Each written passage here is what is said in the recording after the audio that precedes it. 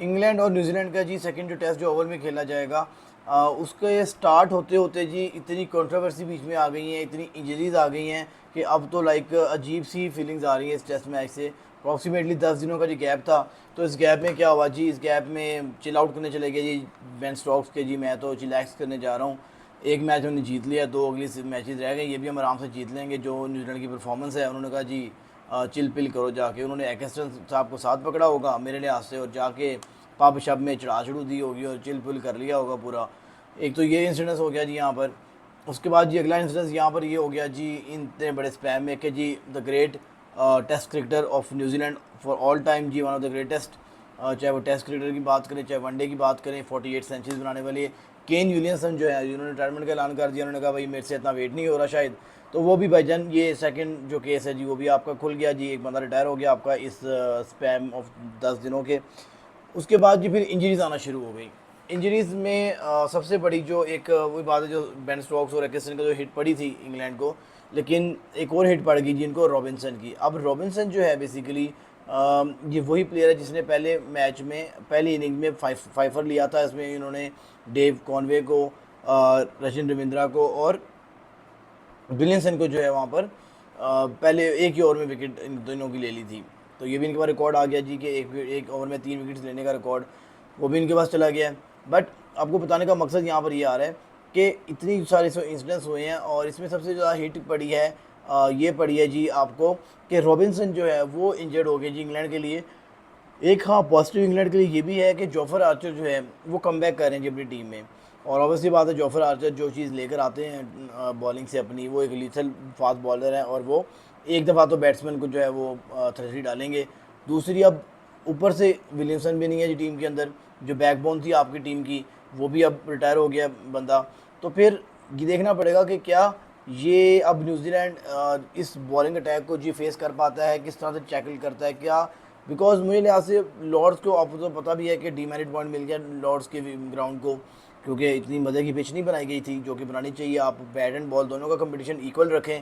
आप ये ना करें जी कि आप जब बैटिंग पिच बनाने हैं तो फ्लैट बैटिंग ट्रैक बना दें, 600 स्कोर हो जाए, 500 स्कोर हो जाए एक इनिंग में और वो मैच ड्रॉ हो जाए। और आप इतना भी ना करें कि आपका जो है वो बैट्समैन जो है सर्वाइव करना उसके लिए मुश्किल हो जाए, कभी बॉल बैठ रही है कभी उठ रही है, कभी कोई मसले आ रहे हैं। कभी आपने देखा होगा जो जैकब बैथल के जो सेकंड इनिंग में जो आउट हुआ है वो तो ऑब्वियसली बात अनप्लेबल डिलीवरी थी, वो तो इतनी नीचे बैठ गई थी, वो तो कोई खेल नहीं सकता था। तो ये चीज़ें जो हैं वो देखनी पड़ेंगी जी कि ये ओवल की पिच कैसी होती है, ये सारा डीमेरिट पॉइंट वगैरह, क्योंकि ये इंग्लैंड है, ये समझते हैं कि डीमेरिट पॉइंट्स की क्या इंपॉर्टेंस होती है जी, क्या नुकसान हो सकते हैं इनको डीमेरिट पॉइंट मिलने के ऊपर।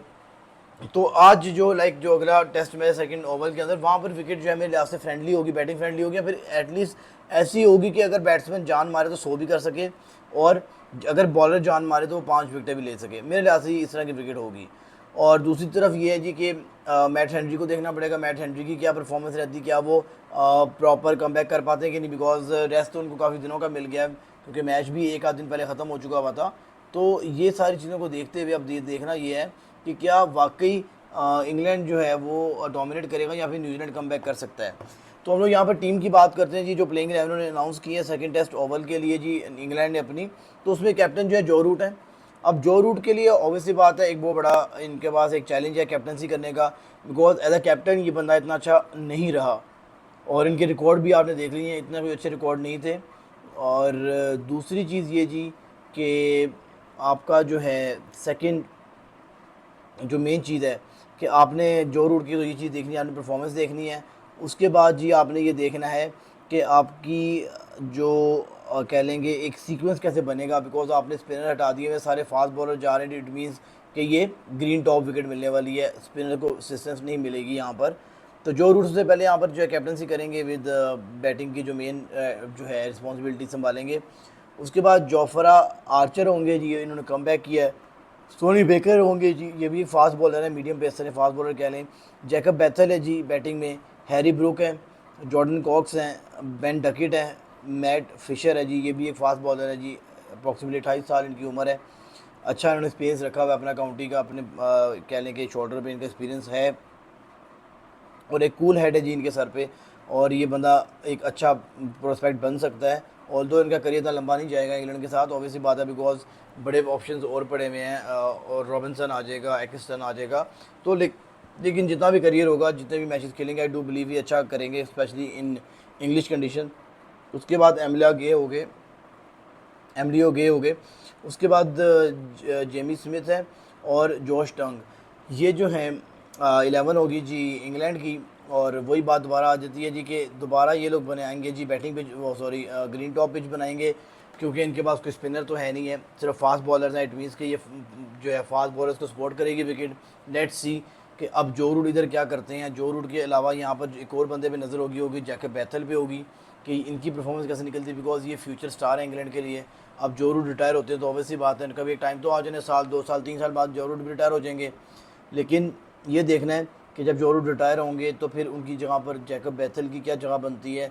ये जॉर्डन कॉक्स को तो लेके आना मेरे लिहाज से नहीं बनता, बिकॉज और भी प्लेयर होने चाहिए। वैसे ये बात है कि एलिस्टर कुक के बाद इंग्लैंड को कोई ओपनर नहीं मिला उस तरह का, बट मिडल ऑर्डर में शायद उम्मीद है। केपी आया था, केपी के बाद भी फिर आपको जोनाथन ट्रॉट मिल गया, ट्रॉट के बाद इनकी इन बिटवीन एन बेल भी हमारे पास था इंग्लैंड के पास। बट अब जो रूट का जो है अल्टरनेट वो ढूंढना मुश्किल होगा, because Joe Root one of the best in test cricket जी। वनडे क्रिकेट में इनकी अच्छी परफॉर्मेंस है, लेकिन ज़्यादा मैचेस नहीं मिले हुए इनको। बट ये देखना पड़ेगा कि अगर जो रूट जाते हैं तो उसका अल्टरनेट कौन होगा, बैथल होगा, उसको फिर कैसे बैथल होगा या कोई और बैट्समैन आता है, उसको कैसे इवॉल्व किया जाता है इस रोल के अंदर जो रूट को रोल मिला होता है। Because Joe Root is one of the finest, मैं हमेशा ये बात करता हूँ।